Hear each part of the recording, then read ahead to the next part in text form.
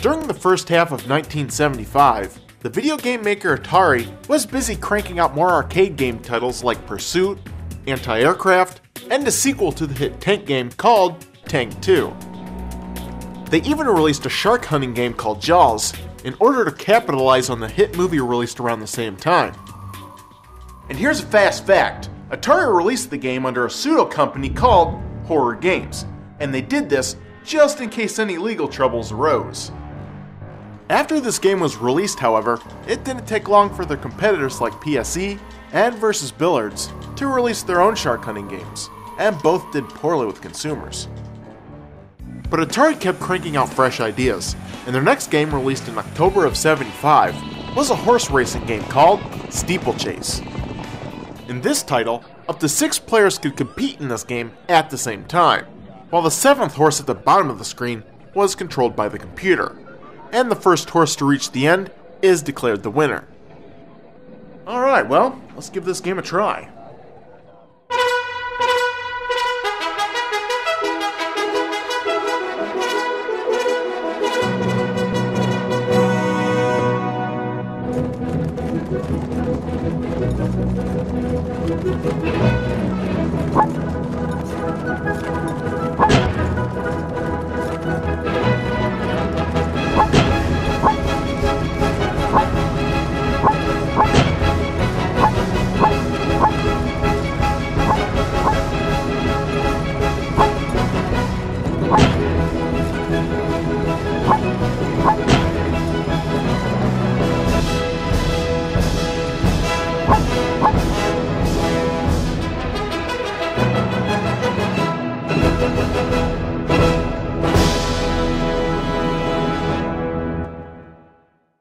The Atari company was becoming a well-oiled machine, and Nolan Bushnell's next big idea was to conquer the home consumer market.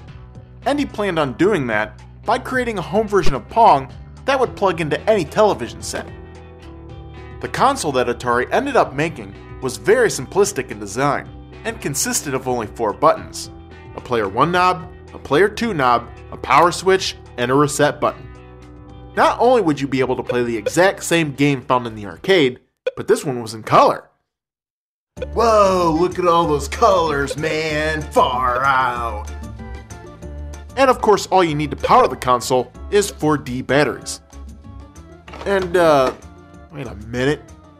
Replace batteries of play as erratic. So what the hell constitutes as erratic?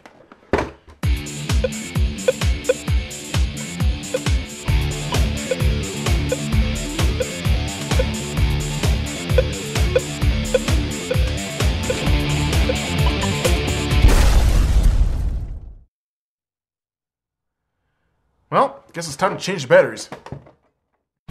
After constructing a working prototype of the home version, Atari met with the people at the Sears Corporation, and being very interested in the console, they ended up ordering 150,000 units to sell for the upcoming holiday season. And to everyone's amazement, they sold every single one.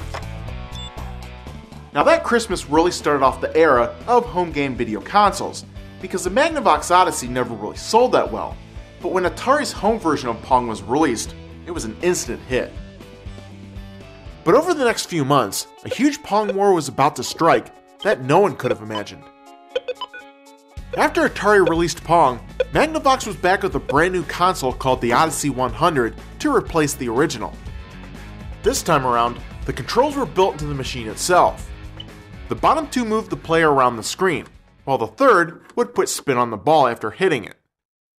Also on the console is a manual scoring system, since the actual game just didn't have one. This Odyssey even had one unique offering that Atari's Pong didn't offer, and that was a second game called Hockey. This game is just like Pong, but with more dividers to make it resemble a hockey rink.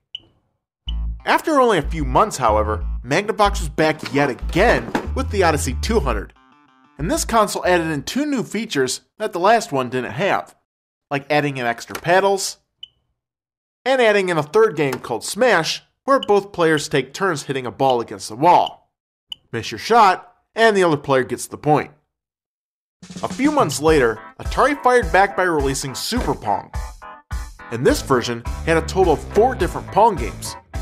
There was Pong, Pong doubles, off the wall Pong, and reverse Pong, where the object of the game is to actually let your ball reach your side of the screen. After Super Pong was released, Magnavox then fired back with the Odyssey 300, and this version simplified the controls to a single knob, as well as finally adding in a scoring system. They also added a button to control the ball speed. There's slow, normal, and super fast. Alright, this is just ridiculous. Who the hell's gonna play the game like this? Ugh. Well, as long as we're getting stupid here, why don't we just add in a horse racing mode?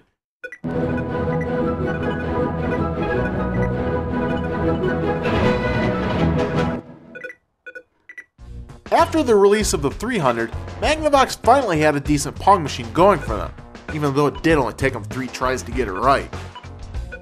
But in a move that could be only described as ridiculous, they released yet again 2 more Odyssey consoles that exact same year.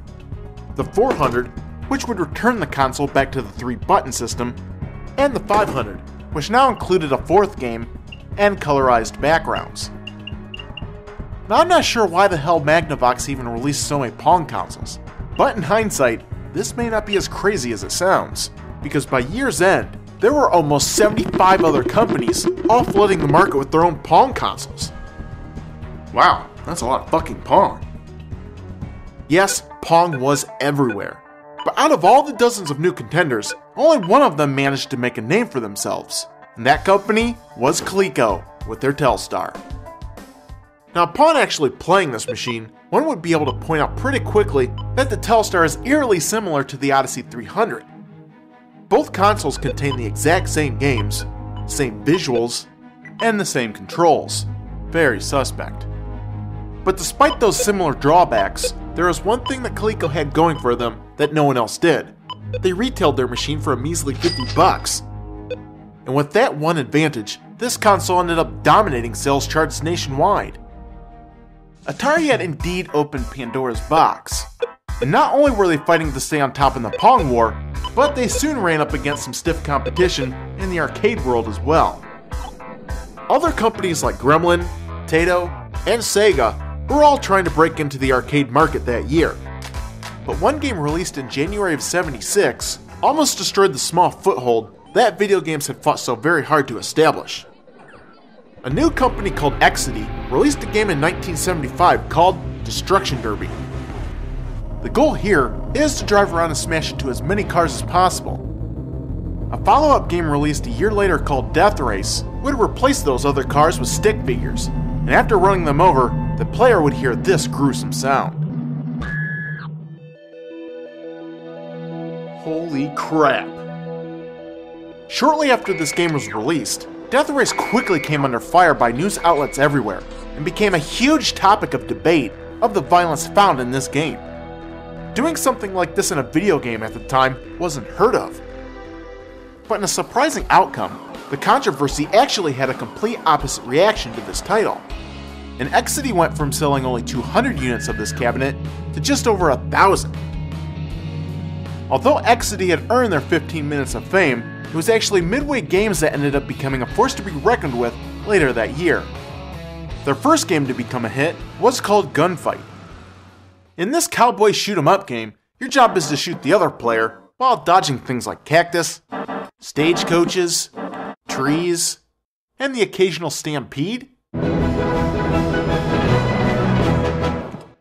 Oh, brother. And here's another fast fact.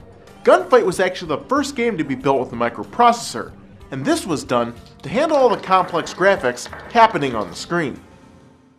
In March of 1976, Midway had their second popular game called Seawolf. This submarine title requires you to sink as many submarines as you can in the time allotted. The catch, however, is that the player must play by looking through a periscope attached to the front of the cabinet. At the time, this concept was very unique, and it helped to turn this game into a popular one. Midway Games was slowly gaining ground in the arcade world, but Atari was still on top throughout 1976. And one title that made an impact that year was a game called Breakout. This was another Pong-like game but turned on its side, so the ball would knock out the blocks, resting high above. Simple concept, yes, but very addictive. And interestingly enough, the game itself was actually engineered by a guy by the name of Steve Jobs, who later went on to become the co-founder of Apple. Awesome.